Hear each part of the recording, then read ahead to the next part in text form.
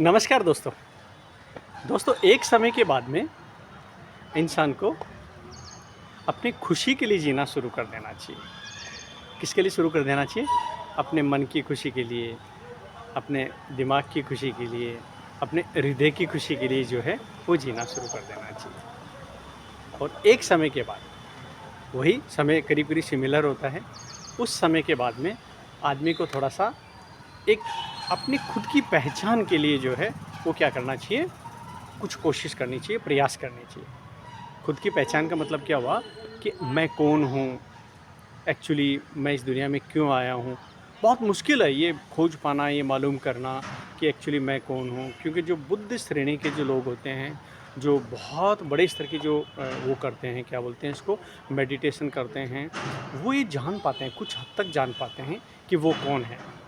लेकिन उतना भी ना हो सके तो हम थोड़ा-थोड़ा महसूस कर सकते हैं। हम ये मतलब एक कोशिश कर सकते हैं जिसमें हमें कम से कम ये मालूम चल जाएगा कि हम इस जीवन के अंदर, इस दुनिया में जो आए हैं, हमारा उद्देश्य केवल 2 बाई 2 नहीं है।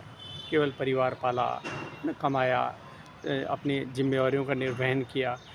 केवल ये हमारा उद्देश्य कतई नहीं हो सकता। ये तो कन्फ़र्म है, मान के चलें आप। क्योंकि इंसान एक ऐसा प्राणी है जो कि उसके अलावा भी बहुत कुछ कर सकता है। क्योंकि जो पक्षी जानवर होते हैं वो क्या करते हैं, बस एक थोड़ा स्वच्छंद घूम लेते हैं, पक्षी है तो, और जानवर है तो बंधे हुए रहते हैं, लेकिन वो एक दिनचर्या ही कर पाते हैं।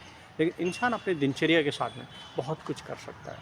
तो हमें जो अवसर मिला है एक समय के बाद में, हमें ज़रूर ये मालूम करना चाहिए, कोशिश करना चाहिए कि हम एक्चुअली हैं कौन, हम इस दुनिया में क्यों आए हैं, और हम अभी क्या कुछ कर सकते हैं, हम अपने लिए क्या कर सकते हैं, हम जनमानस के लिए क्या कर सकते हैं, पर्यावरण और पशु पक्षी के लिए हम क्या कर सकते हैं, बहुत कुछ कर सकते हैं। तो हमें क्या करना चाहिए, तो फालतू की जो चीज़ें हैं उनको क्या करना चाहिए, एक उम्र के बाद, एक समय के बाद, वो समय बोलूँगा, उम्र नहीं बोलूँगा, क्योंकि उम्र क्या होता है, उम्र होती है किसी की 40 साल की उम्र में भी किसी को बहुत परिवर्तित होने की इच्छा हो जाती है, और कोई आदमी ऐसी जिनको 50, 55 या 60 साल पे भी होती है। जैसे मेरी नवंबर में 56 की एज हो जाएगी।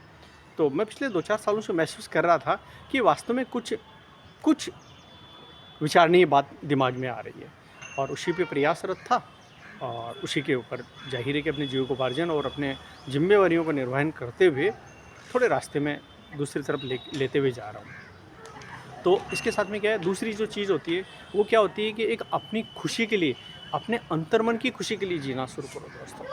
अपने अंतर्मन की जो खुशी है ना, बहुत बड़ी चीज़ है। तो आपको वो जो मैं कौन हूँ, इससे पहले अंतर्मन की खुशी पे जाएँ आप। अगर अंतर्मन की खुशी पर अगर आप चले गए, तो आपको मैं कौन हूँ का इशारा भी आपको मिल जाएगा। आपका अंतर्मन क्या बोलता है कि मुझे, मेरा एक्चुअल वास्तविक जो स्वभाव है वो क्या है, मेरा ये वाला स्वभाव है। मेरा एक्चुअली, मुझे इस तरीके की चीज़ें पसंद है, मुझे ये करना पसंद है, मुझे ऐसा व्यवहार और ऐसा व्यवहार करने वाले लोग पसंद है। अगर आपको ये पता चल गया ना, जो कि बहुत कठिन नहीं है, क्योंकि हम अपने आप से जब बैठते हैं, थोड़ा चुप बैठते हैं, थोड़ा आप किसी संगीत को चलाएँ और आप अपने आप से बातें करें, तो आपको महसूस होगा। तो ये चीज़ें जब आपके अंदर आने लग जाएँगी, तो आप क्या करेंगे कि जब अपने आप को थोड़ा समझने लग जाएँगे, अपनी रुचि से अंतर्मन की खुशी के लिए आप ऐसा करने लगेंगे, तो आप एक चीज़ और पाएँगे कि आप वैसे ही लोगों के साथ आपकी ट्यूनिंग बनने लग जाएगी। ठीक है?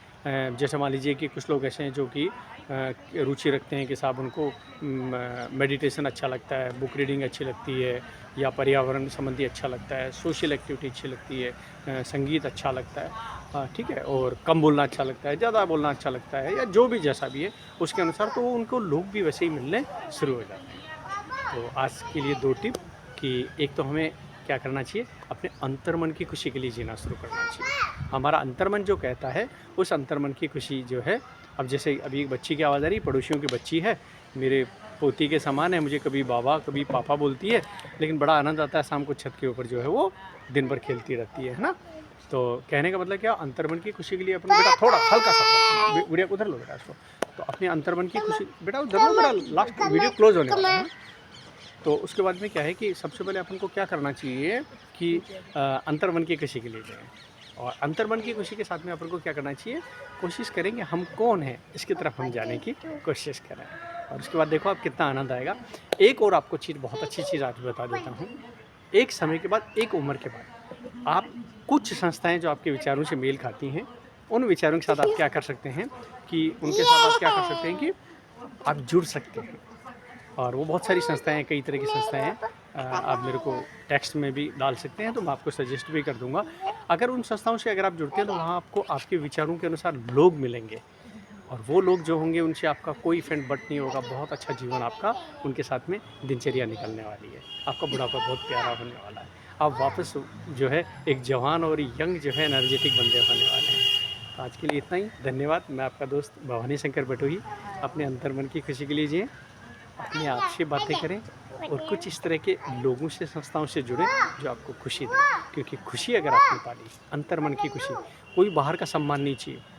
आप अंतर्मन की खुशी और आत्मसम्मान आप रखें अपने साथ में, जीवन करिए। धन्यवाद दोस्तों, बहुत बहुत धन्यवाद।